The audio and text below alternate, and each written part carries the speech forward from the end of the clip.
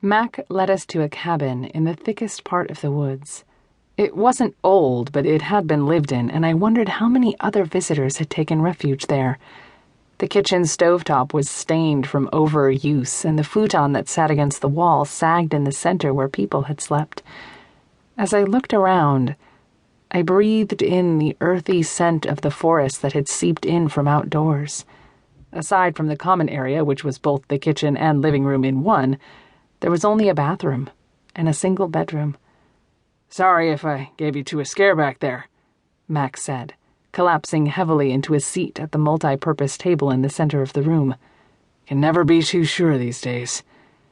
He leaned back in the wooden chair, his brawny body testing its strength. I raised my eyebrows at his casual brush-off. "Oh, sorry for showing my loaded shotgun in your face." Maybe it was smart, though. Having me heal proved I was who I was, the last healer. Still, poisoning a deer was a little dramatic. "Well, someone could have at least warned us you'd be armed and dangerous," William said, his voice cutting through the quiet cabin.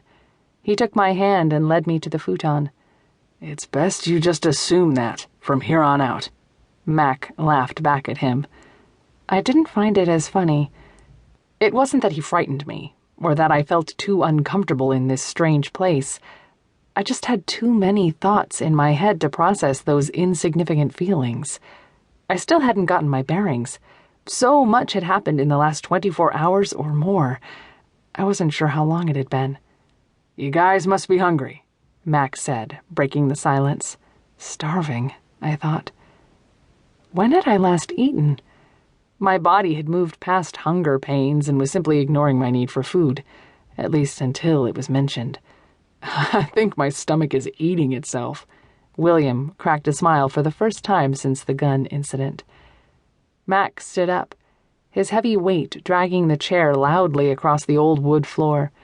He was built like he was made for the military, like he could pick a guy up by his throat or bust a door down with a swift kick. It was strange seeing such a burly man in a dainty kitchen, but he seemed to feel well enough at home. He pulled 2 plates from the fridge, which he had already prepared for us. "I'm not the best cook, but it should do the job." I didn't care if it was mashed celery. I would have eaten anything. "The zucchinis grow out back, and the meat is quail," he said tentatively, his guttural voice not matching his kind words. "Sorry, it's cold. I could heat the beans up on the stove if you want." I moved a little too quickly to the table. "It's fine, thanks," I said with gratitude.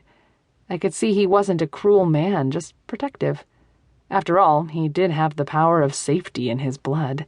Could you blame the guy for being a little overly cautious? He picked up his shotgun and examined it, making sure it was loaded, as if someone could have stolen the shells without him knowing. William and I watched with curiosity as we inhaled our meal, every cold, delicious bite. "Anything else you need?" he asked as we finished, plates nearly licked clean. "We have to talk about what's going to happen here." "I could use a shower," I answered honestly. I wanted time to think. I wasn't ready for more. "Sure," he said, placing his gun to the right of the door. "You guys will have the room, so I put your clothes in the dresser there. Towels are under the sink." "Okay, thanks," I answered, wondering how my clothes had ended up here in the first place. The solitude was nice, so I didn't bother to be quick. I caught a glimpse of myself in the bathroom mirror and smiled at how unkempt I looked. Tired, chestnut eyes stared back at me. My dark brown hair was greasy and tangled, and my clothes were dirty from trekking through the woods. I looked like a rag doll that had been dragged around the playground by a 5-year-old. I gazed back into my reflection, trying to convince myself that everything was all right, that I had no reason to worry. But was it true? I stripped down and stepped in the shower, letting the steaming water wash away layers of salt and sweat as I ran through the facts, every stepping stone in the path that had led me here. It wasn't that long ago that I'd considered myself alone, the only one cursed with long life while those around me died. Then only 2 others shared my secret, my burden, Anna and her daughter. to keep listening to this audiobook. I've left you a link in the description so you can do it, at no cost thanks to Audible's 30-day free trial.